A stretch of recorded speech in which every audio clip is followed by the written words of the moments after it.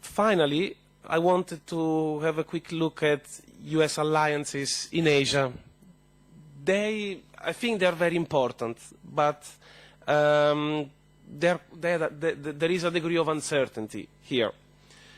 So let's have a look at India. India, many analysts believe, will be a game changer in this geopolitical competition between the US and China.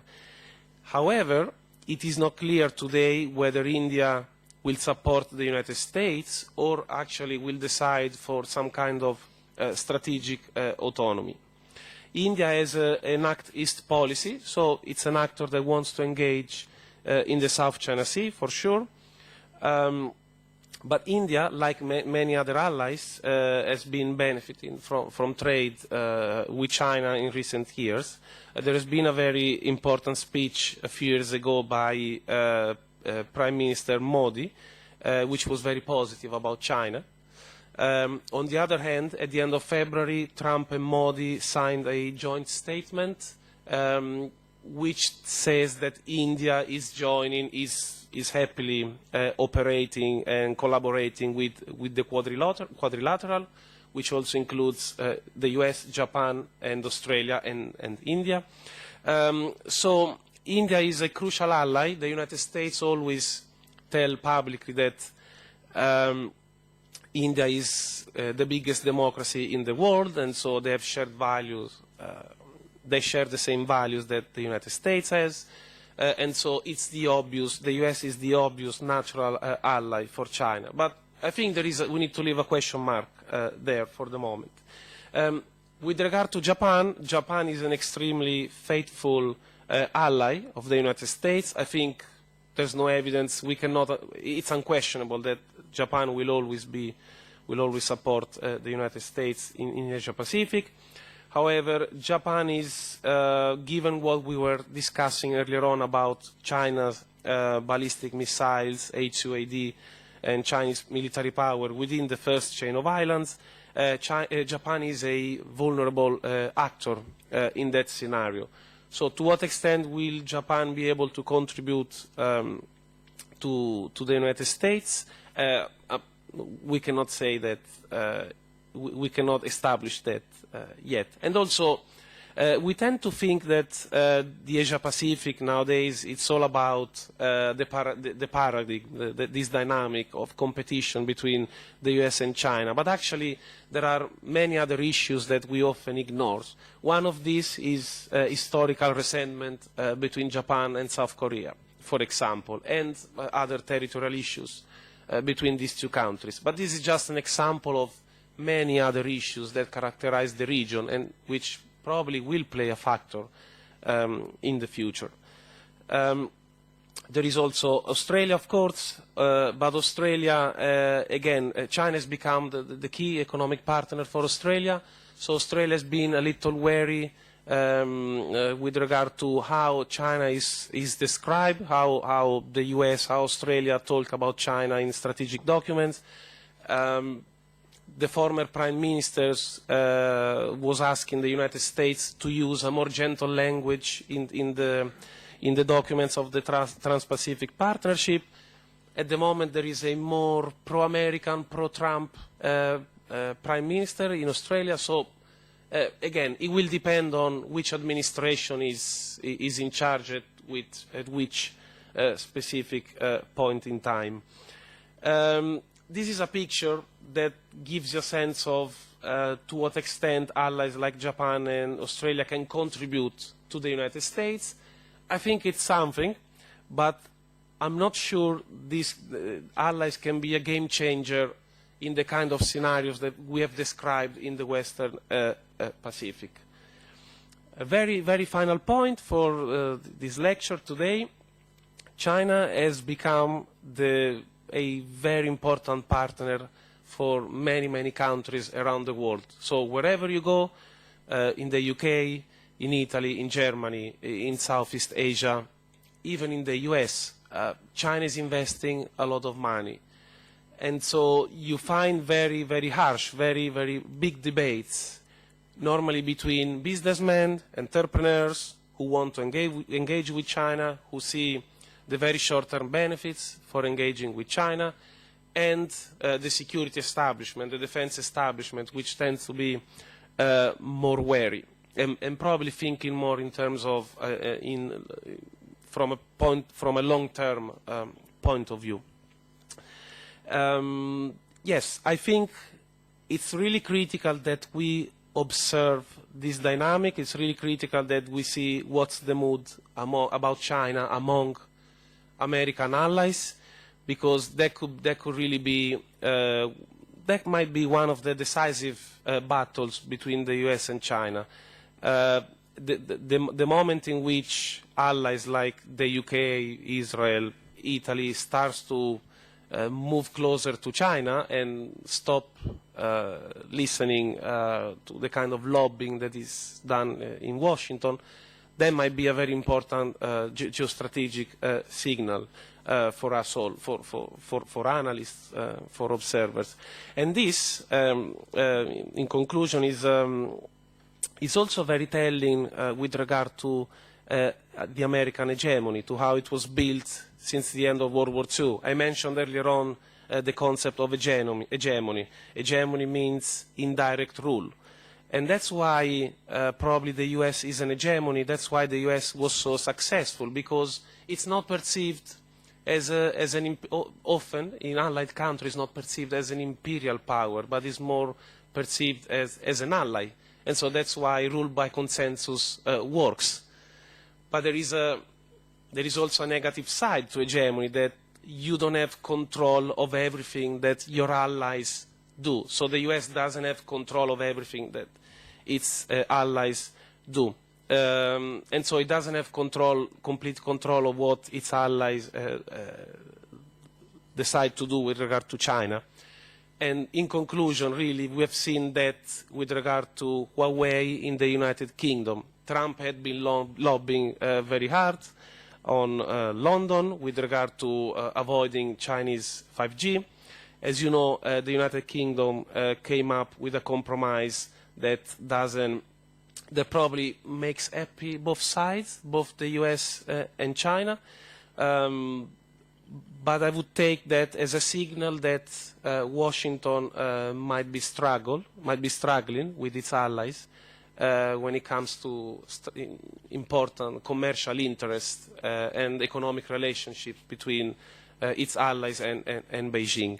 And on this note, I would conclude my lecture, and thank you very much.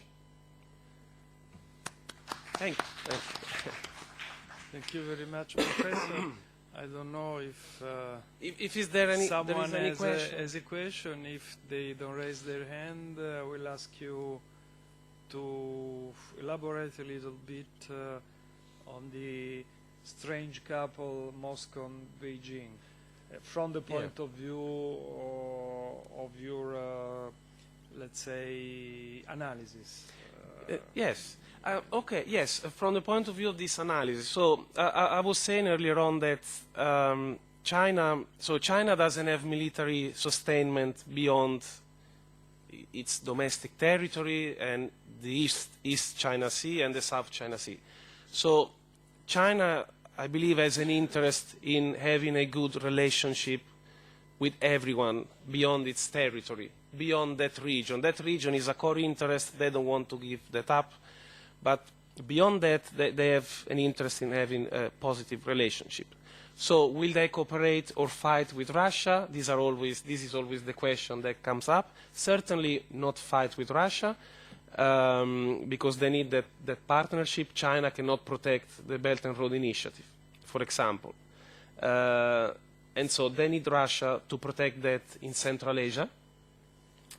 But also they need Russia for all the gas that they have an agreement, right, with regard to gas, and China will be importing gas from Russia over the next 3 decades, apparently.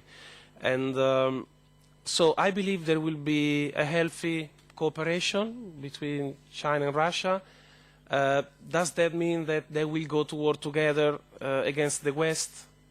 I think that would be taking it too far. I don't see that option. But I think that they will have a very positive form of cooperation. I wonder whether the United States has seen that coming, because over the since the early Obama and until now with Trump, we've seen several attempts at reapproaching Russia. So I wonder whether there's something behind that. And we've seen that with Obama, with the reset button. In a very idiosyncratic, in a very peculiar way, we've seen that with Trump and with this personal relationship he claims to have with Putin. I wonder whether that's an attempt at maybe preparing for splitting Russia and China at some point, at the same way as during the Cold War, the U.S. sought to take China away from the Soviet Union. So that's my view. Thank you very much. I don't know whether yes, there please. is other questions. Prego. If not,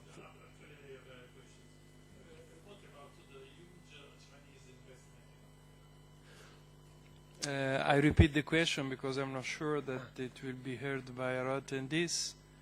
No, it's about Chinese investment in Africa from the point point of view of the analysis of the professor. Yes. Okay. The United States, when it comes to investments in Asia or Africa, there's very little the U.S. can do, because China is investing a lot of money, and the United States cannot keep up with that. So I haven't mentioned it in the lecture, but for example, Pompeo, the Secretary of State, the current Secretary of State, has promised 113 million for this free and open Indo-Pacific initiative. This is nothing compared to what China has been investing in the Belt and Road Initiative, which is probably about, it will be at the end of it, if there is an end to it, but it will be about something like 100 billion. And the same in Africa. They make investment at very advantageous conditions, at least in the short term. And so my view is that that becomes a form of soft power at some point. While the U.S. invests very little, its investments are attached to, there are always governance, there is always good practice, good governance attached to these investments. So I think China will get ahead of the game in Africa. I don't see how the U.S. could keep up with that. Obviously, the United States has military resources in Africa. There is AFRICOM. China has very little. But in the short term, China is clearly winning that game. And I would argue the same for Central Asia. A few days ago, Pompeo went to Central Asia in order to convince those countries that they should stay on the U.S. side. But apart from some kind of diplomatic actions, there is very little the U.S. can promise to them. And so it might be a matter of time before we get to the point where US will see some US allies, maybe not the historical, the most important ones, but we'll see some US allies, some US partners shift inside, exactly because of that. But Africa clearly is a very, very important, very strategic region. China needs semiconductors. China needs to feed its population. So it's almost vital to them. Thanks. So, thank you very much, Professor. Thank you. And, is there any other question? And Okay. I think that our attendees, we miss them a lot. Me too. will be watching your conference with the due attention. Thank you very much. Thank you. And if there is any question after watching the lecture, I'm happy to be contacted by email, and I'm happy to answer more questions. Thank you. Of course. Thank you very much. Thanks a lot. Thank you.